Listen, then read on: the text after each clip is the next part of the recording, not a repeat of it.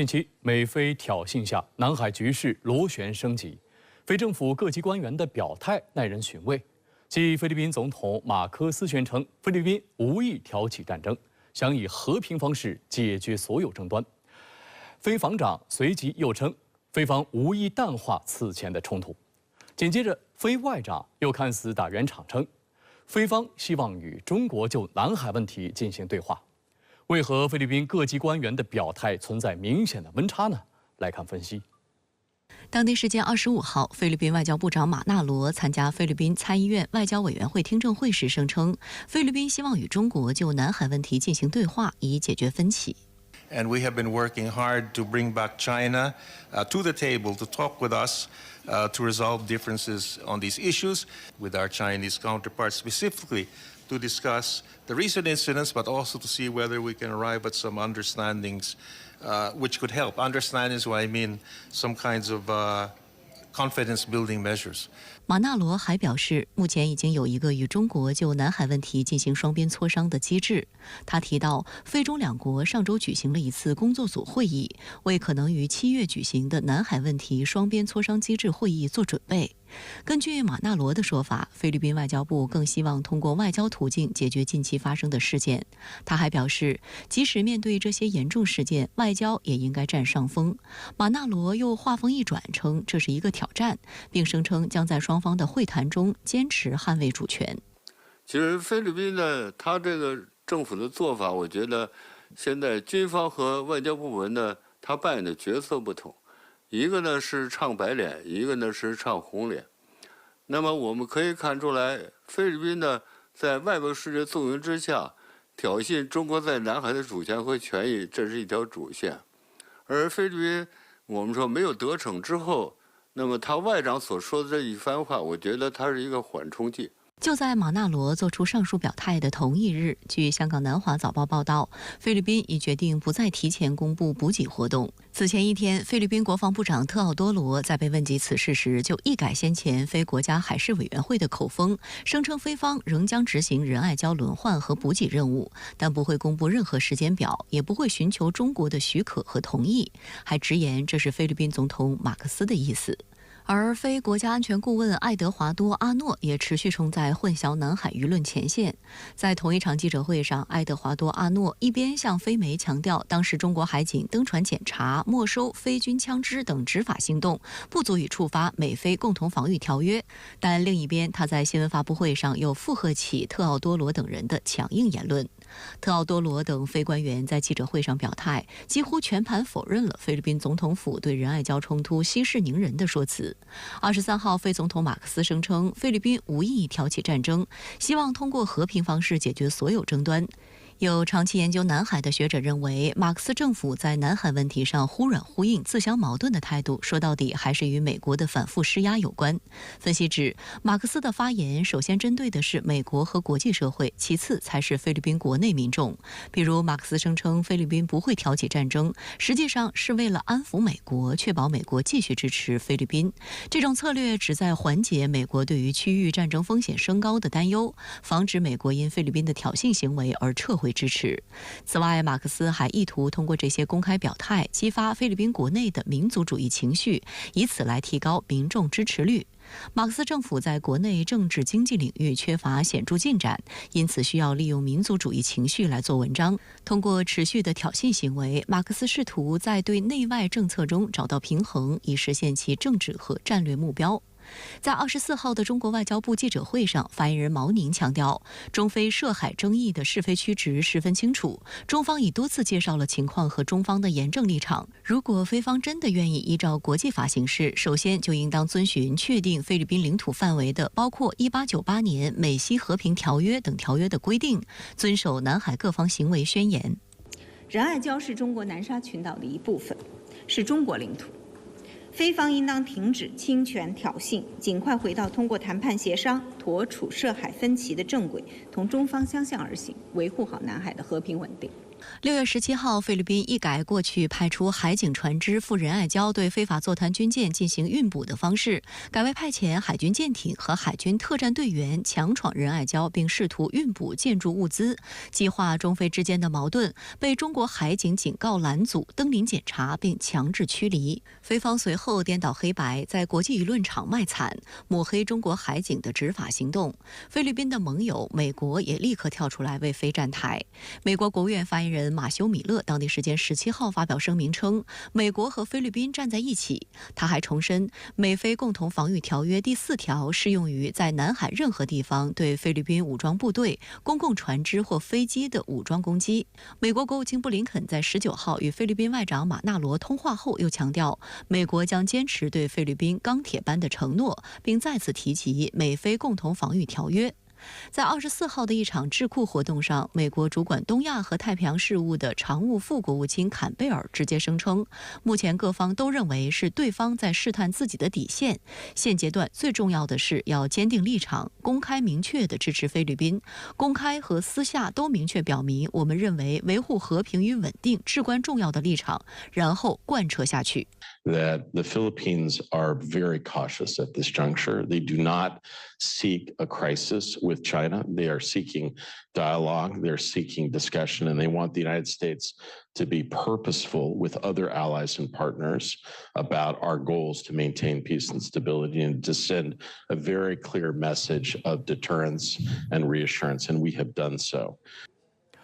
26号，国台办例行新闻发布会上，发言人朱凤莲再次就214恶性撞船事件作出回应，敦促民进党当局尽快拿出解决问题的诚意。25号，福建海警为金门附近海域依法开展常态化执法巡查，开启执法新模式。26号，国台办举行例行新闻发布会，会上有记者就从年初延宕至今的214恶性撞船事件提问。发言人朱凤莲表示，台湾方面以粗暴和危险方式对待大陆渔民，导致渔船翻覆、人员死伤，敦促民进党当局尽快拿出解决问题的诚意。事发至今4个多月，民进党当局还在拖延解决问题，推卸责任，出尔反尔，不断给善后协商制造障碍。我们敦促民进党当局停止政治操弄，尽快拿出解决问题的诚意，给遇难者家属和两岸同胞一个交代。2月14号下午，福建一艘渔船在下金海域被台湾海警机构海上追逐粗暴撞船，导致船上4人全部落海，其中2位来自四川和重庆的船员不幸罹难。如今虽然事件已经过去4个月，但民进党当局相关部门多次变脸，甚至在是否撞船这一关键事态上也曾不断改口，一味推卸责任，给善后协商设置了各种障碍，事件至今仍未妥善解决。外界注意到，自214恶性撞船事件以来，大陆海警在金门附近海域的执法密度和强度都有明显提升。4月，大陆海警在金门附近海域总共开展了4次执法巡查行动，5月频率再有提升，10天展开了5次巡查。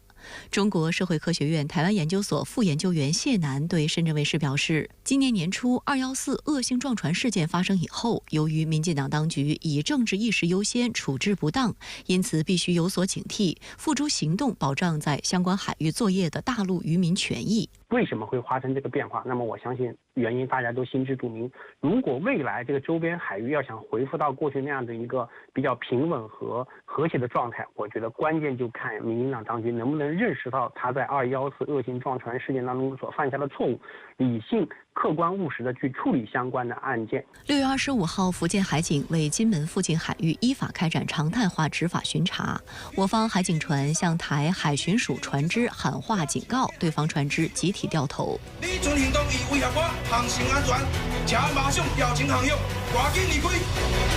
有观察指，此前大陆海警的执法巡查行动是以固定路线、固定编队的方式进行的，而这一次大陆海警在沿着固定路线巡查完毕后，还以单舰或两分群的形式采取新模式进行执法。从今年2月18号首次在下金附近海域开展执法巡查行动以来，大陆海警已经在金门附近海域执法4个多月。微信公众号“玉渊谈天”对这一新型执法模式进行了详细分析。文章指出，出，新的执法模式带来了3个变化。首先是执法范围的扩大。回顾大陆海警这4个多月的执法历程，执法范围经历了点、线、面的过程，这也意味着大陆对金门附近海域的掌控力进一步提升。其次是执法向着全天候转变，大陆海警船有可能在任意时间出现在金门附近海域的任意区域，路线和时间上的自由意味着大陆海警能保障执法连续，且随时随地相应采取措施。最后是执法强度的进一步提升，标志着执法行动转向常规化和日常化。这表明大陆海警完全确立了对金门附近海域的实际控制权和执法权。分析指，在一开始，中国海警进行执法巡查的目的就是戳破台当局虚假叙事，彰显金门附近海域根本不存在所谓禁止、限制水域这一事实，展现严管态势。2月19号，大陆海警首次登船临检金门游艇。据报道，台湾金门蓝出日号游艇19号下午行经金门县大二胆海域五通水道附近时，与福建海警登船临检约30分钟。台媒声称，这是大陆宣布没有限禁止水域并常态化执法巡查后第一次登上金门的船检查，等同于宣示水域的管理权。禁止、限制水域、海域管辖权等，一直是台当局在金门附近海域操弄的热词。按照台当局的说法，大小金门岛向南8000米是禁止水域，向南8000至1万米是限制水域。谢楠指出，按照两岸同属一个中国的原则，根本不存在所谓的禁止、限制水域、海域管辖权问题。之所以民进党当局不断炒作该话题，一方面是因为其妄图借此挑动两岸对立冲突，另一方面是为了配合境外干涉势力操弄台湾问题，企图将台湾问题国际化。他希望通过这样的一种操弄来激化两岸的对立，来转移他的执政不利的这个关注点，使得更多的民众能站在他这一边。但是在我看来，这样的一种比较老套的操弄手法，恐怕在现在已经不得人心了。日前，最高人民法院、最高人民检察院、公安部、国家安全部、司法部联合制定印发了关于依法惩治台独顽固分子分裂国家、煽动分裂国家犯罪的意见，于21号发布施行。这一意见既适用于金门附近海域，也适用于整个台湾海峡和台湾本岛。外界注意到，依照意见新规，若情节特别恶劣，最高可判处死刑，即便是缺席审判，依然可依法终身追责。国台办26号表示，运用刑事司法手段惩处分裂国家犯罪分子，维护国家核心利益，是世界各国通行做法。台湾是中国的一部分，国家依法惩治台独顽固分子分裂国家、煽动分裂国家犯罪，合情合理合法。只有依法严惩台独分裂犯罪，才能真正维护台海和平稳定，切实保障台湾同胞利益福祉。台湾问题纯属中国内政，不容任何外来干涉。我们依法惩治台独顽固分子，正是为了制止台独分裂行径，维护台海和平稳定。美国无权对此说三道四，干涉中国内政。正告民进党当局，搞分裂对抗没有出路，妄想以美谋独，注定失败。俄罗斯防长别洛乌索夫25号同美国防长奥斯汀通电话。这是俄美防长1年多以来首次通话，双方围绕乌克兰问题各自阐述立场，分歧较大。双方承认这一通话由奥斯汀发起。美俄防长为何此时通话？在美国持续对乌军援并进一步放宽援乌武器攻击俄本土的背景下，这次罕见通话将对俄乌战局产生何种影响呢？来看报道。据俄罗斯国防部的通报，别洛乌索夫应美方要求同奥斯汀通话，双方就乌克兰局势交换了意见。别洛乌索夫表示，由于美国继续向乌克兰武装部队供应武器，局势有进一步升级的危险。美国国防部发言人莱德则发表声明说，这是别洛乌索夫5月出任俄国防部长后，美俄防长首次通话。五角大楼方面还表示，美国现在和将来都没有向乌克兰派遣美军的计划。莱德在25号举行的记者会上也承认，此次通话是由奥斯汀发起的，但没有具体说明通话的原因。Separately, Secretary Austin also spoke by phone today with Russian Minister of Defense Andrei Belousov.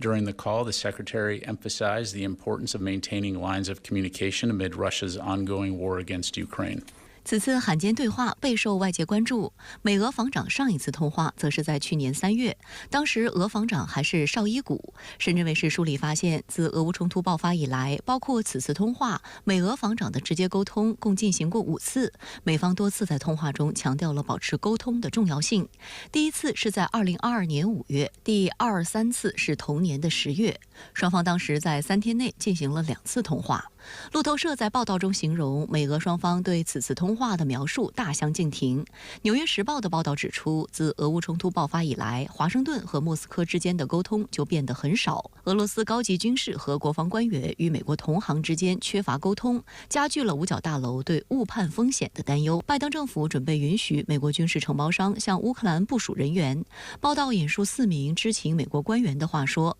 拜登政府正在努力取消对美国军事承包商部署到乌克兰的事实禁令，以帮助乌克兰军队维护和修理美国提供的武器系统。报道指出，在过去2年里，拜登坚持要求所有美国人，特别是美军，远离乌克兰前线。因此，在战斗中遭受重大损坏的美国提供的军事装备必须运往波兰、罗马尼亚或其他北约国家进行维修，而这个过程需要时间。若禁令取消，这将标志拜登政府在乌克兰政策的另一个重大转变，因为美国正在寻找让乌克兰军方在对抗俄罗斯时占据上风的方法。美官员们表示，允许经验丰富、由美国政府资助的美国承包商继续在乌克兰开展业务，意味着他们将能够更快地帮助修复受损的高价值设备，比如 F-16战斗机就是一种可能需要定期维护的先进系统。乌克兰将于今年晚些时候接收该战斗机。一位官员还告诉 CNN， 竞标合同的公司将被要求制定强有力的风险缓解计划，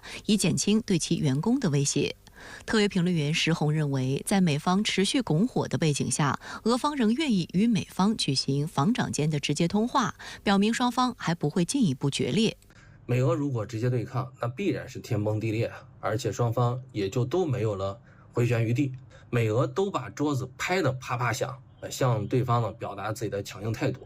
但是谁现在都没有胆量把桌子掀了。值得一提的是 CNN 在今年2月的报道中还提到，自俄乌冲突爆发以来，防务公司获得了蓬勃发展，西方5家主要军火商的股价均有所上涨，其中欧洲制造商的涨幅最为强劲。深圳卫视注意到，欧洲理事会24号宣布，欧盟决定向乌克兰提供14亿欧元的援助，这部分资金来自于俄罗斯被冻结资产所产生的收益。根据计划，这笔款项将转入乌克兰援助基金，之后将发放至德国、捷克和丹麦，这些国家将利用资金采购相关产品，用于向乌克兰提供援助。此前，俄罗斯方面回应称，西方这一举措是非法的，将破坏人们对全球金融体系的信心，从而对西方国家造成反噬。如果西方扣押没收俄罗斯资产的收益，那么这些西方资产和财产可能成为俄罗斯报复的目标。俄乌战局紧张之际，乌克兰军方内部再次出现人事变动。据今日俄罗斯电视台网站24号报道，乌总统泽连斯基解除了乌军联合部队司令部司令尤里·索多尔中将的职务。不过，泽连斯基没有详细说明解职的原因。报道称，索多尔负责乌克兰陆军、海军和空军的联合行动。在乌克兰军队的架构中，他只对武装部队总司令瑟尔斯基负责。接替者安德里·格纳托夫自2022年以来一直担任乌军南部战区副指挥官，这是4个多月来这一职位再次换人。今年以来，乌军高层变动频繁。今年2月，泽连斯基以乌军在前线陷入停滞为由，进行一系列军队高层人事调整。瑟尔斯基则接替被解职的扎卢日内担任乌军总司令一职。索多尔就是当时被任命为联合部队指挥官，此前他担任海军陆战队司令。还有乌克兰媒体报道，乌军总司令瑟尔斯基也正在被阴云笼罩。如果前线局势在未来几个月内依旧吃紧，他可能将被解职。报道称，自瑟尔斯基出任乌武装部队总司令以来，乌军在顿涅茨克等地区遭受一系列惨痛失败，多个方向的重镇也相继失守。尽管美方反复强调无意对华脱钩，无意阻挠中国经济发展，但仍不断加码对华科技战。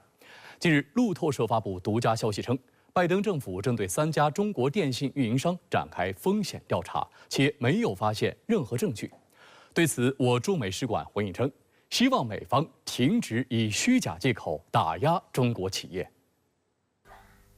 路透社24号发布独家消息称，3名知情人士表示，拜登政府正对中国移动、中国电信和中国联通3家中国电信运营商展开风险调查，声称此举是因担心这些公司利用在美国的云端和互联网业务获取美国数据，并将数据提交给中国。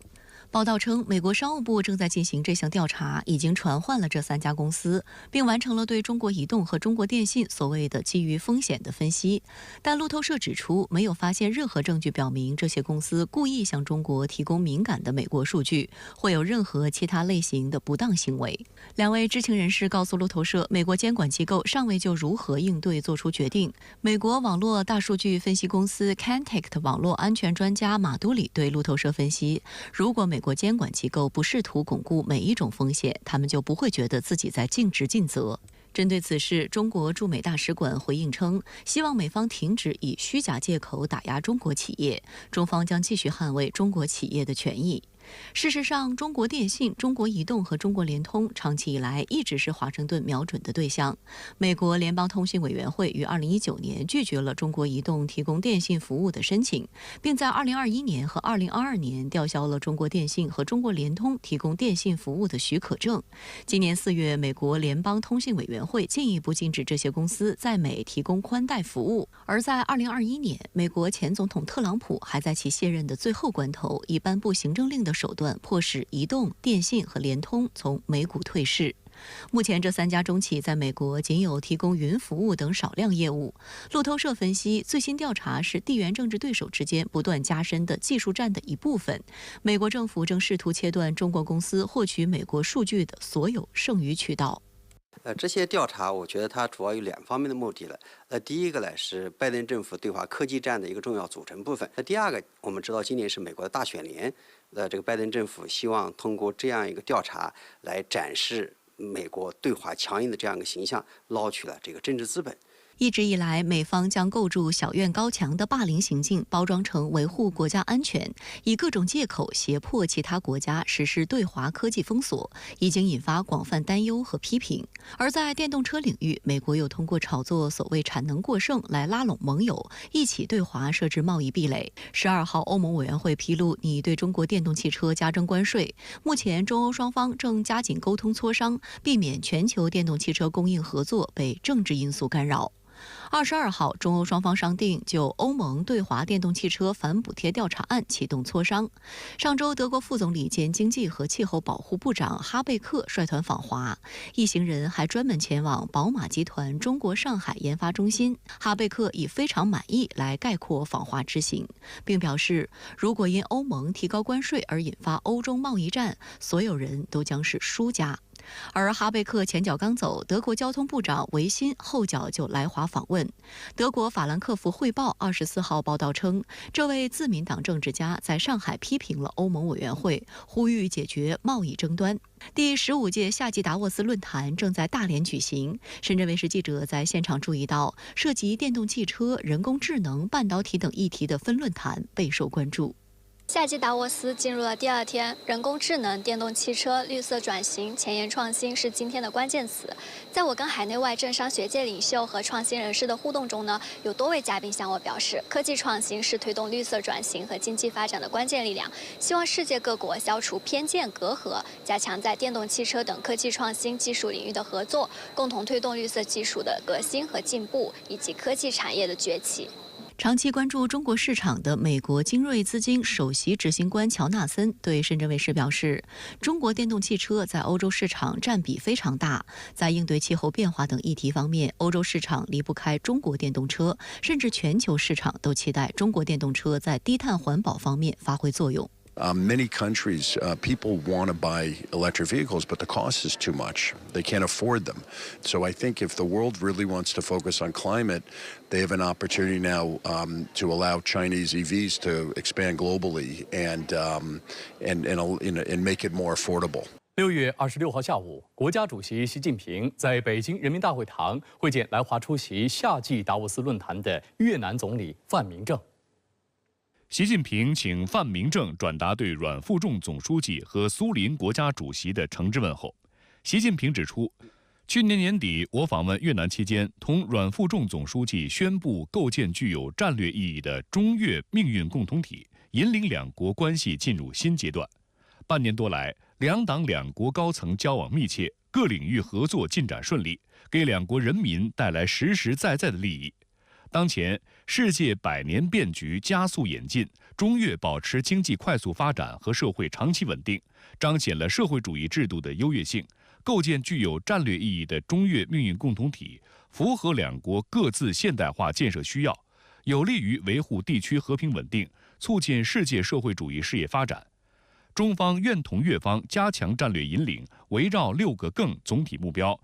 坚持团结友好，坚定相互支持，深化互利合作，携手迈向现代化，为世界和平、稳定、发展、繁荣做出更大贡献。习近平强调，中国坚持全面深化改革，推进中国式现代化，这将为双方拓展经贸、互联互通、数字经济等领域合作带来新机遇。双方要保持高层交往，共同推进高质量共建“一带一路”，提升两国互联互通水平，推动两国务实合作高质量发展。中方愿鼓励更多中国企业加大对越投入，希望越方为中国企业提供公平、公正、非歧视性的营商环境。双方要用好两党友好交往红色资源，支持边境省份加强交流，实施好农业、教育、医疗等民生项目，用好民间、青年等交流平台，夯实中越友好民意基础。双方要妥善处理海上问题，加快推进海上共同开发，共同维护地区和平稳定。范明政转达阮富仲总书记和苏林国家主席对习近平总书记的亲切问候，表示越方高度赞赏习近平新时代中国特色社会主义思想展现的历史视野、全球眼光和宏阔伟力，支持习近平主席提出的系列全球倡议，支持中国加入全面与进步跨太平洋伙伴关系协定，反对将经贸科技问题政治化。越方希望学习借鉴中国治党治国理政新理论、新实践、新成果，同中方一道坚持走社会主义道路，实现共同发展。感谢中国党和政府为越南实现民族独立和国家发展提供的宝贵帮助。